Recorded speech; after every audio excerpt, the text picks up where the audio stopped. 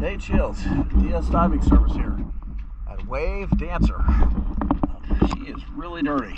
We've got her about a little over halfway done. I'm going to show you a comparison of the stuff that's clean versus not clean. Got a diver underwater. I'm doing the water line. Let's take a look at the clean stuff real quick. First of all, up here on the water line versus over there. Now, let's look underneath the rudder.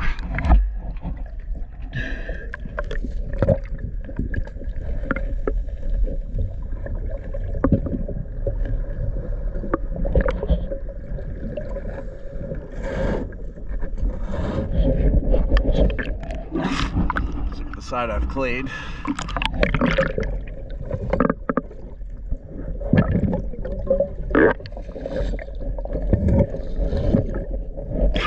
Clean most of the port side of the boat. I'm going to go show you the prop and the clean side.